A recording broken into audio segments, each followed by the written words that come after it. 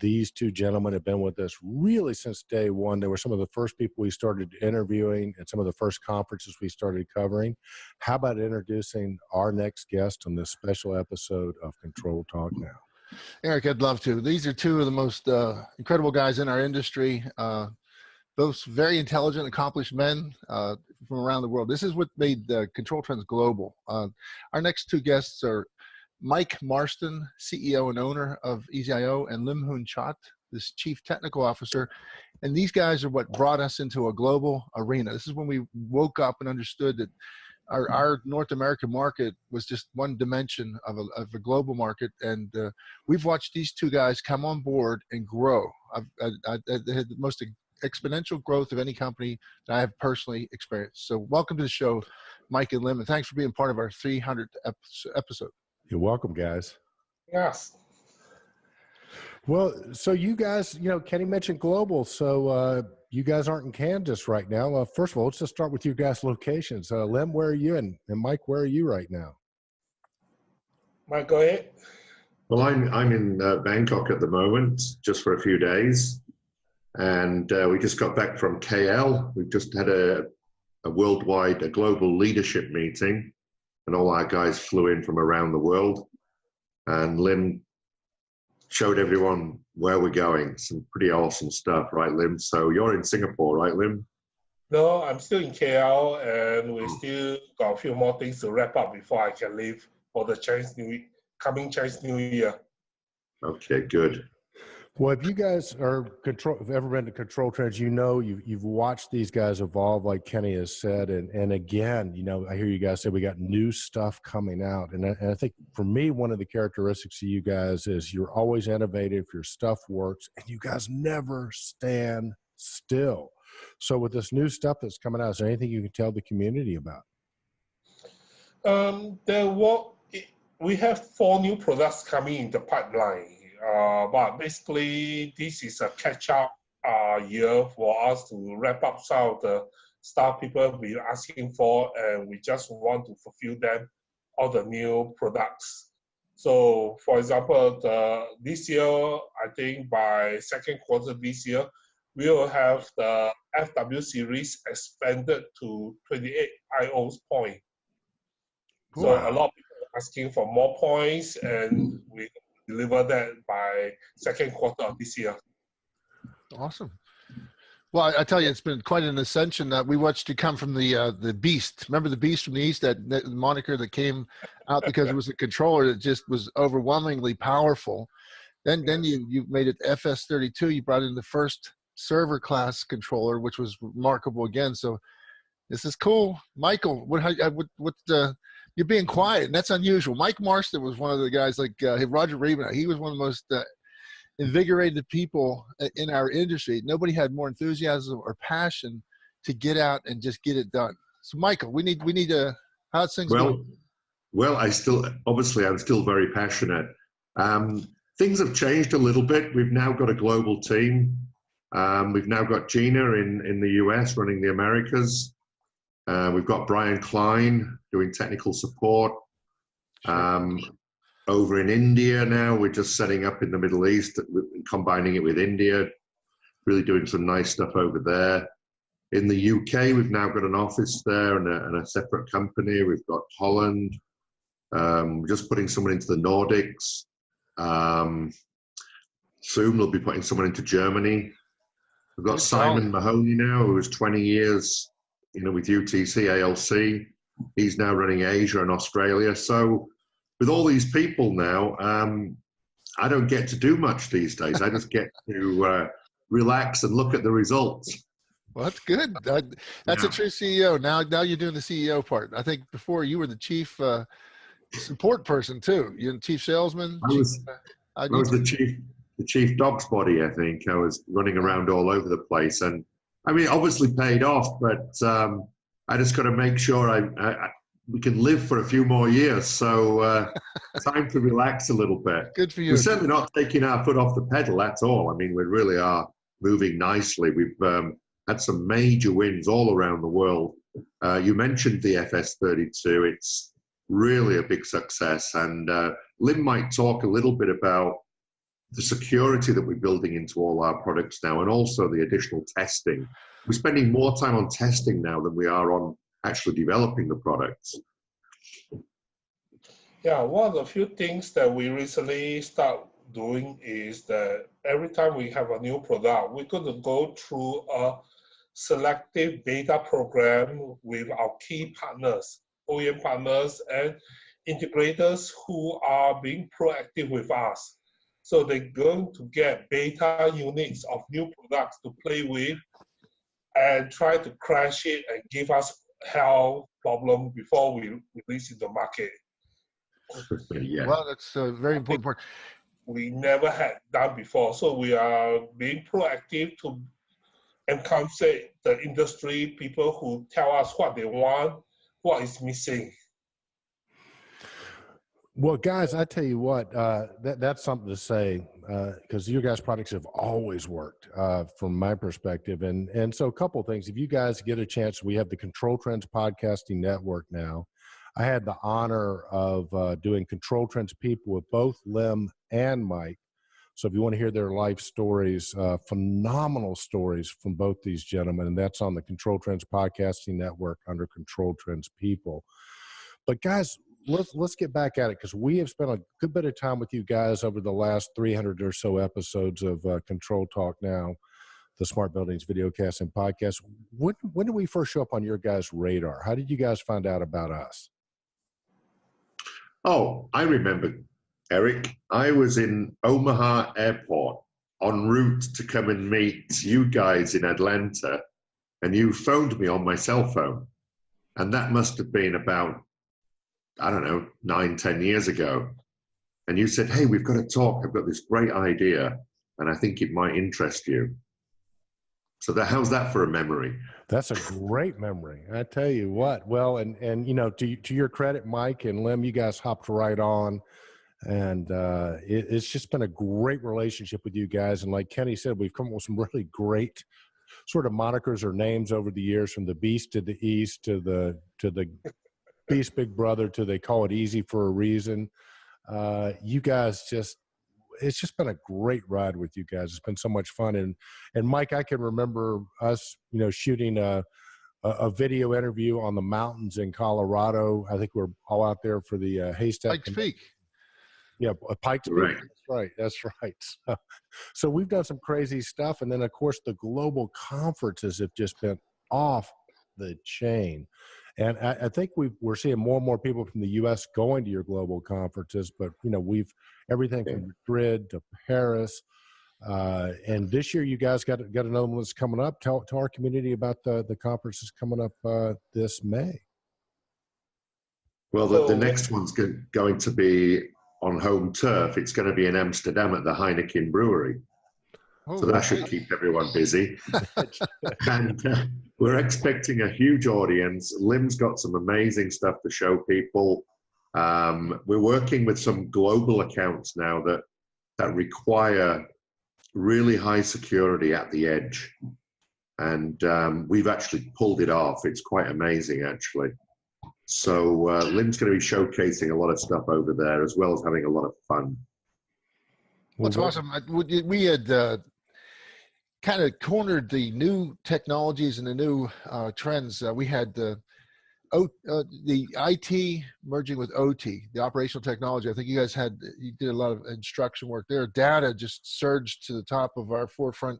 Cybersecurity, IoT. We said IoT so many times that we got sick of hearing IoT because it lost its meaning. We had edge controllers, and we had our master systems integrators.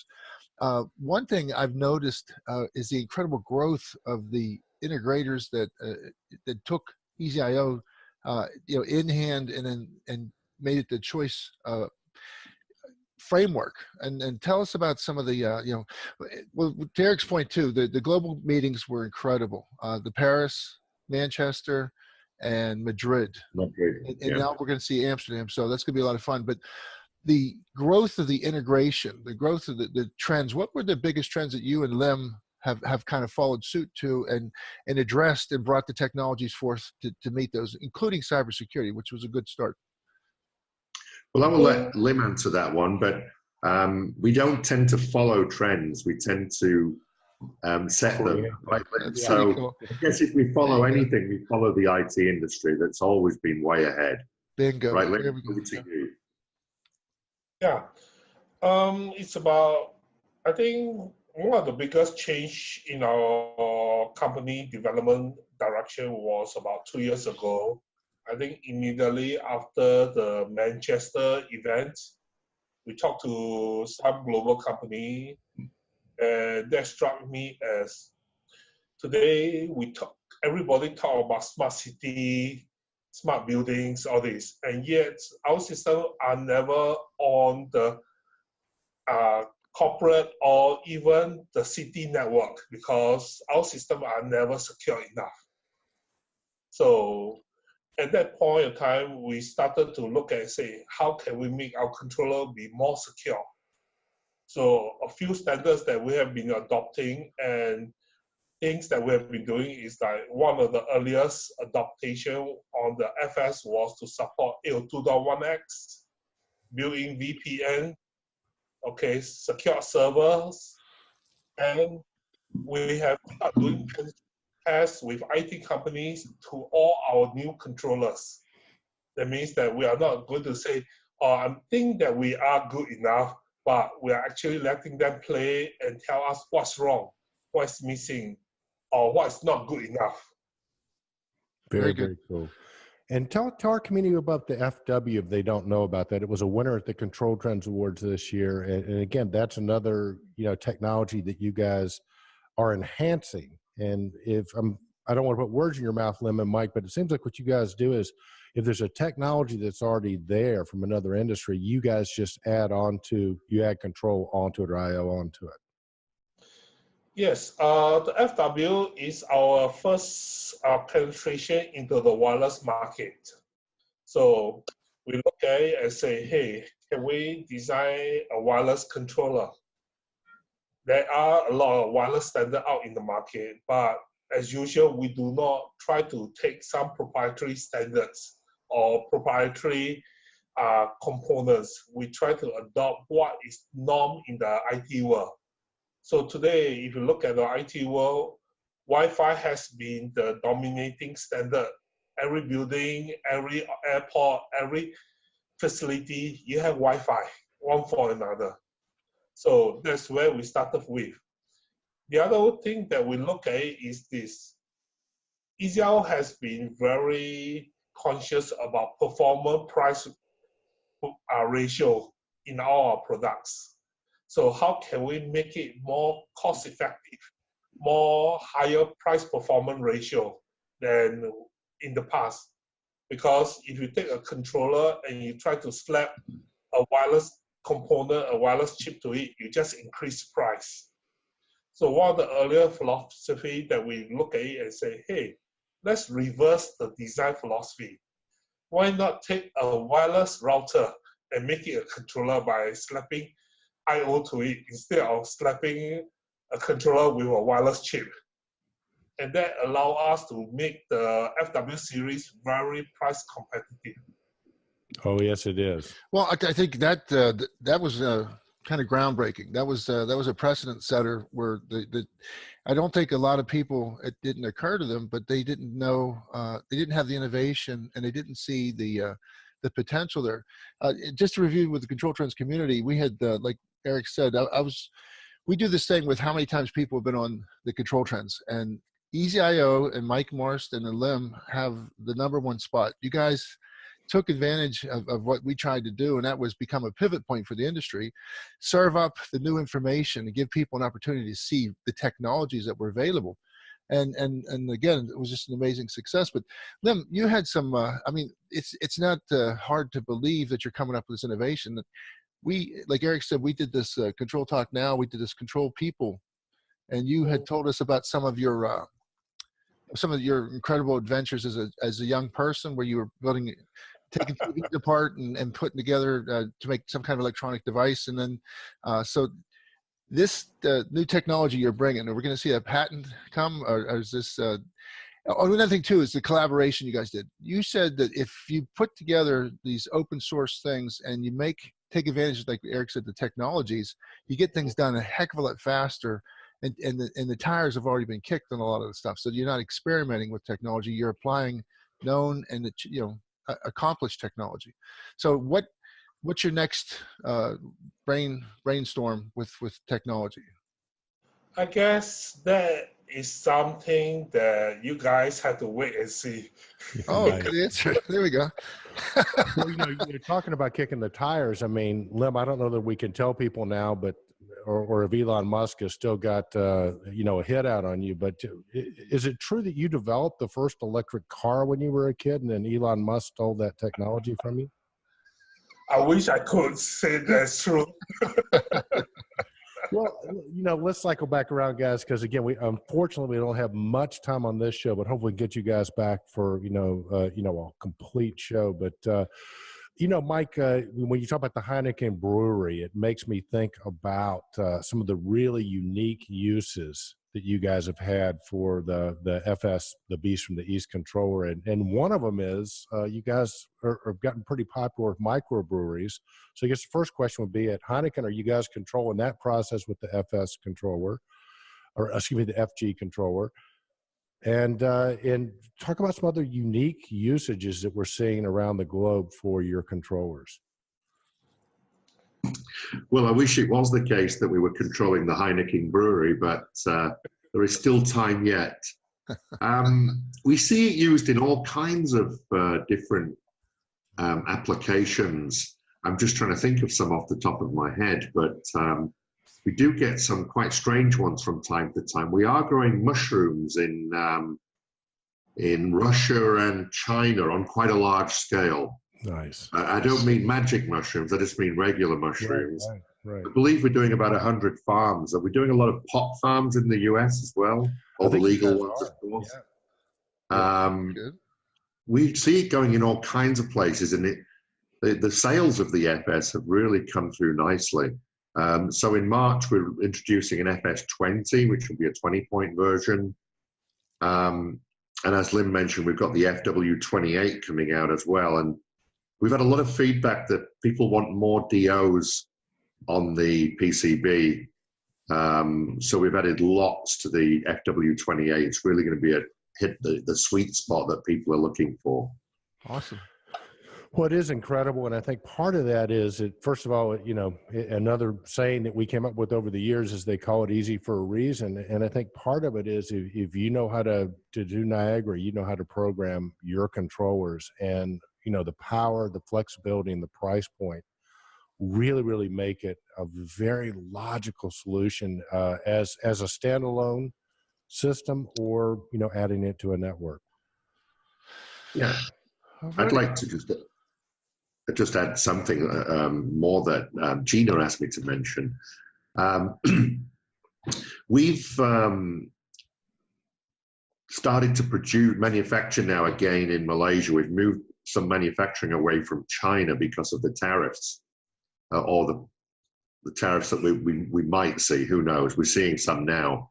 So we've worked really hard to redo all our UL and certification and everything. And so we're going to ship everything from the US out of Malaysia. And we're also going to have fulfillment in country as well. So Gina is handling all that. And she's spending a lot of time really working on the distributors, CGNA distributors, the OEMs, and our partners. We've really given that a lot of focus and a lot more training. So you're going to see more and more of the same. So we really are getting geared up to move quickly when we have to, like we normally do.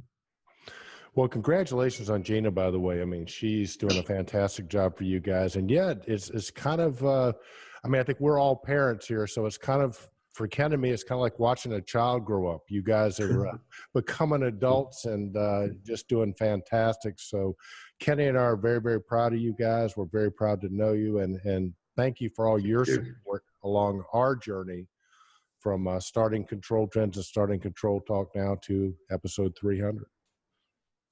Well, congratulations to you both as well. You've done an amazing job. Real icons in the industry. Everyone respects you.